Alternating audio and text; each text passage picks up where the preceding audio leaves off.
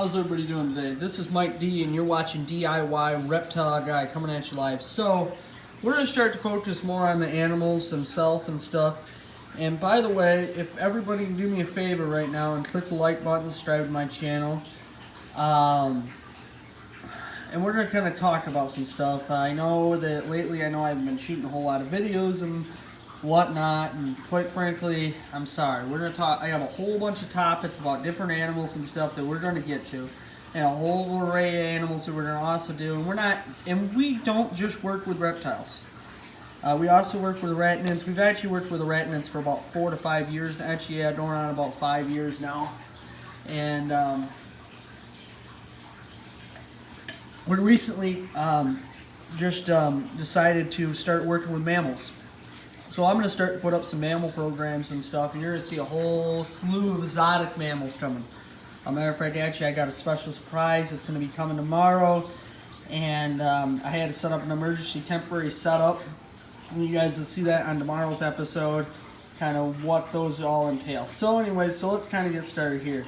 So today, we're going to talk about this. This is a female.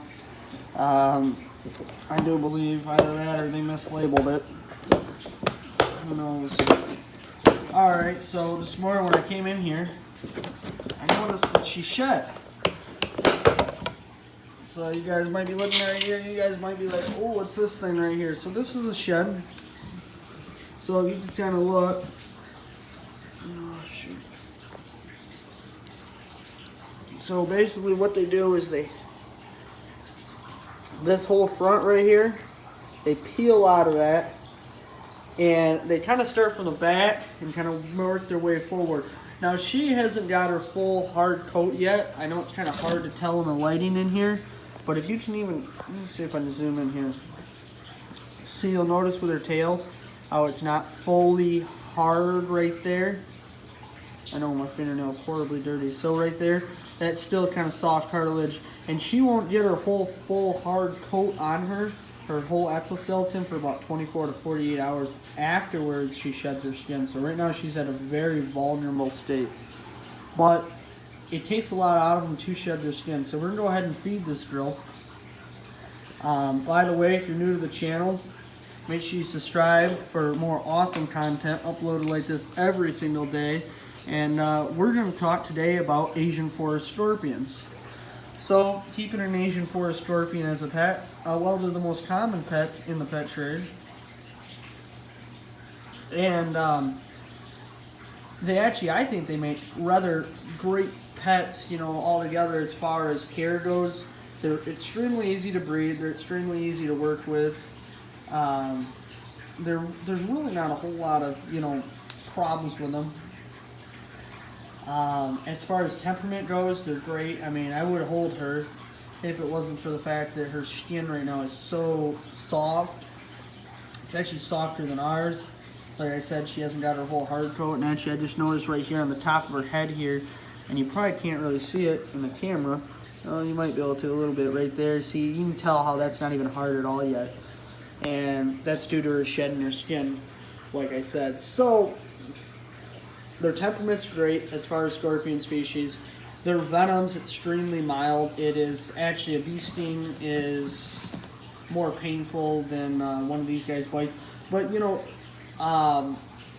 that as it may, you still have to take in consideration that you can be allergic to the venom. And this is by all means not for everybody. This isn't that, oh, this bites you, or this stings you, that the venom's not going to harm you, because it can. You could actually have an allergic reaction to it, and you could be allergic to that particular protein in that venom. You never really know. There's certain snakes and stuff out there that people aren't really as allergic to when it comes to their venom than other animals. So it all depends. It all depends upon the reaction. You never know how your body's going to react to it. So you want to take the proper precautions. But they are handleable. There's not really a whole lot of, problems as far as with this particular species. Would I recommend it though? Absolutely. I'd recommend it 100 times over. So let's jump right on into the care of them now. So as far as the care goes, we set them up on paper towel. I used to use like a cocoa fiber. It's made by Etsoter. I forget what it's called, but anyways, it spans up in the water and stuff, and I find it works pretty well. I just don't like it. I like the more cleaner factor of the paper towel. But they need a higher humidity. They are an Asian forest scorpion, so they come out of all the, like the tropical countries around there and stuff. And I think there's some all the way into like China and Thailand and all that too. I'm not 100% sure, but I do believe their whole locale kind of ranges all across those mountain ranges and stuff. As far as breeding goes, if you want to breed these guys, they're extremely easy.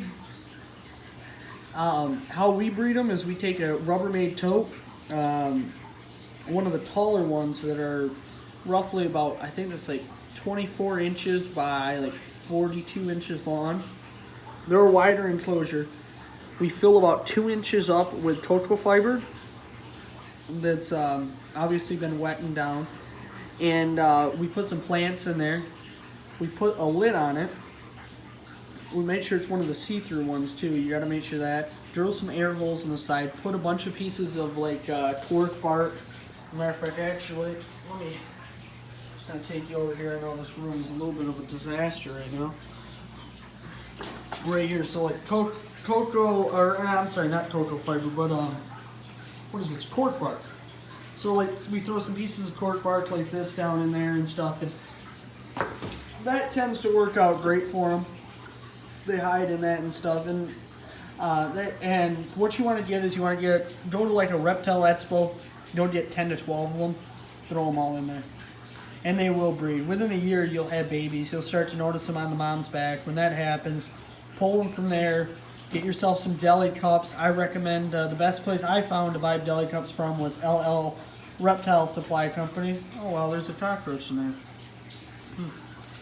She must not have ate that. Come on. Alright, so I guess we don't need that. Alright, yeah, I thought she ate her food. Shows how much I paid attention to this bin. As far as, care and maintenance, they're extremely easy. Now you need to remember too that scorpions can go at, I believe it's up to 12 months without food. It's something crazy like that, 12 or 8 months that they can go without food altogether. And so at the end of the day though, if you're looking at getting into arachnids, Asian forest scorpions are the most common thing in the pet trade, and they're one of the best kept as far as scorpions go. Now that's with the exception of the emperor, but you won't see the emperor too much anymore due to they're all banned from import order lists because you can't really import them anymore, which sucks as that country doesn't import it anymore. So it is what it is. That is South America where the emperors are from.